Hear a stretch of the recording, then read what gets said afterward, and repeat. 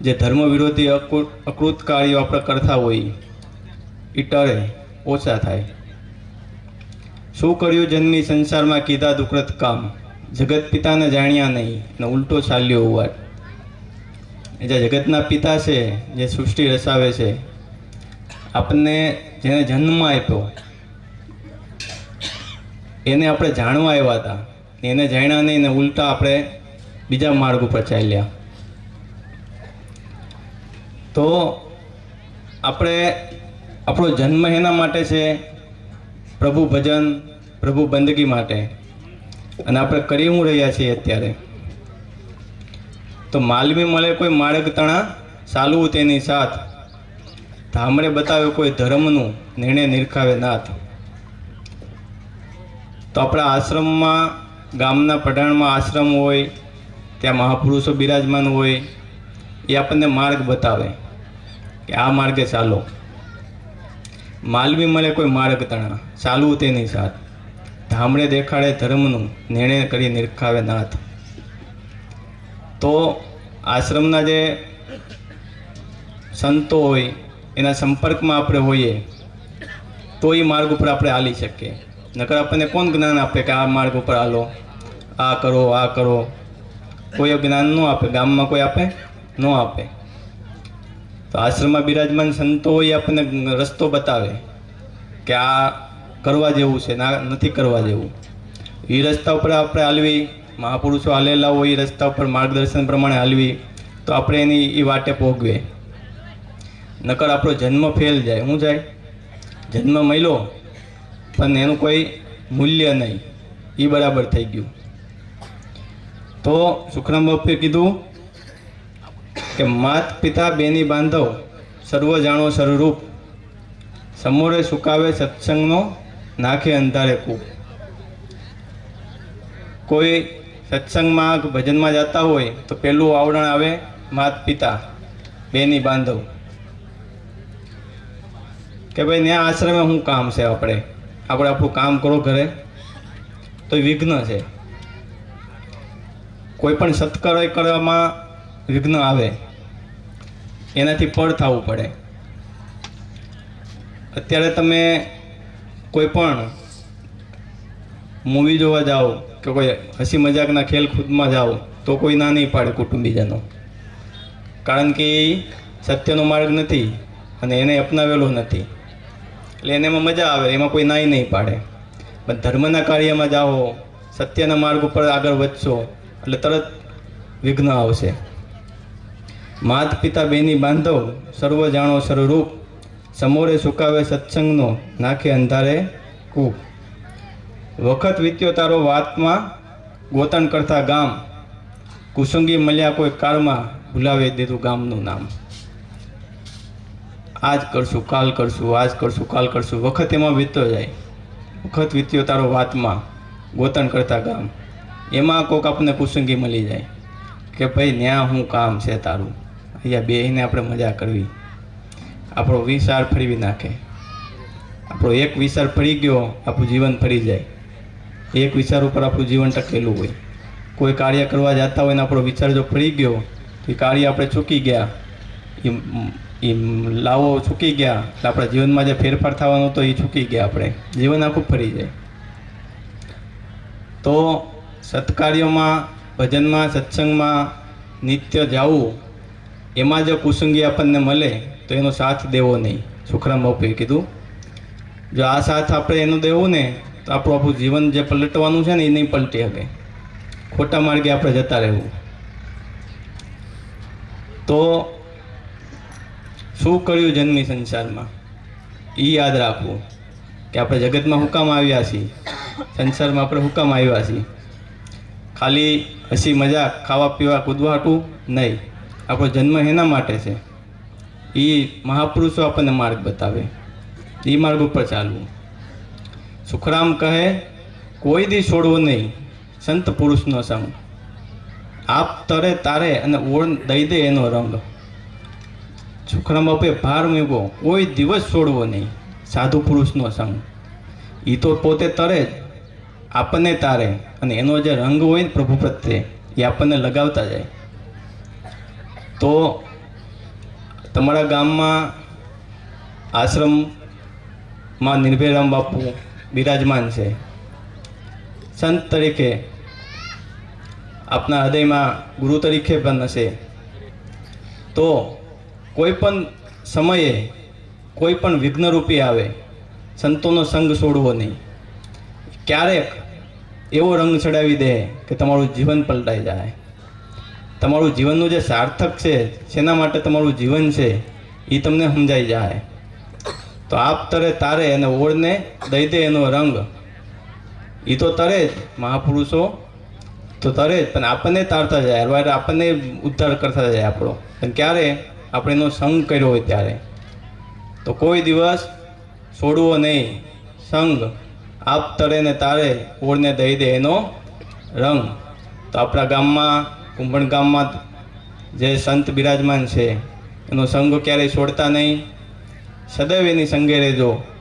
તો ક્યારેક એની મોજ હશે તો તમને એવા માર્ગ ઉપર લઈ જાય કે તમારું જીવન આખું સાર્થક થઈ જાય. બોલો સત ગુરુદેવનું. ધન્યવાદ બાપુ. બાપુએ જે સદગુરુ કેમ છે, સદગુરુનું આપણા જીવનમાં કેટલું મહત્વ છે એ બાબત બતાવી છે. પોતે જે છે કષ્ટ સહન કરી લેશે, પણ બીજાના કષ્ટ છે એ હરી લેશે. એવા સંતોના સાનિધ્યમાં તમે ને હું જ્યારે એકઠા થયા છીએ તો ત્યારે ચોક્કસ આજના પ્રસંગે આપણે કહી શકીએ કે કુંભણ આંગણે આપ આવ્યા બાપુ, કુંભણ આંગણે આપ આવ્યા બાપુ. જ્ઞાનની સરવાણી વહેતી થઈ ગઈ છે, જ્ઞાનની સરવાણી વહેતી થઈ ગઈ છે.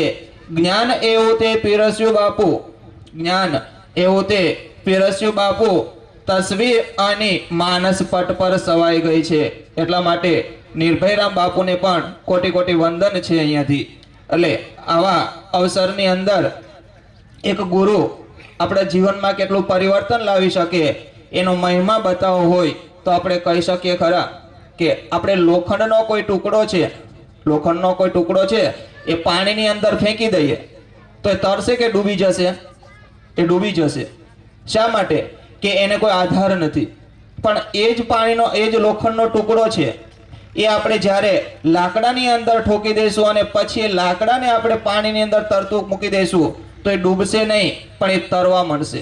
કારણ કે એક લોખંડના ટુકડાને એક લાકડા રૂપી ગુરુ મળ્યા હોય છે, એટલા માટે એ તરી જતો હોય છે. તો એમાં આપણે પણ આપણા ભવસાગરની અંદર તરવા માટે એક સાચા સદગુરુની જરૂરિયાત હોય છે, એક સાચા વિચારકની જરૂરિયાત હોય છે.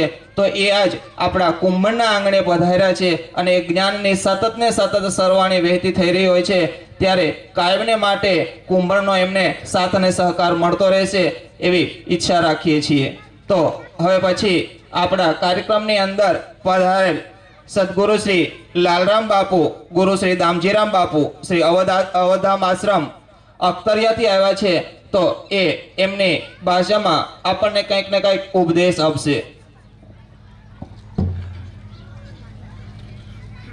ધ્યાન મૂલમ ગુરુ મૂરત, પૂંજા મૂલમ ગુરુ પદમ, મંત્ર મૂલમ ગુરુ વાક્યમ, મોક્ષ મૂલમ ગુરુ કૃપા.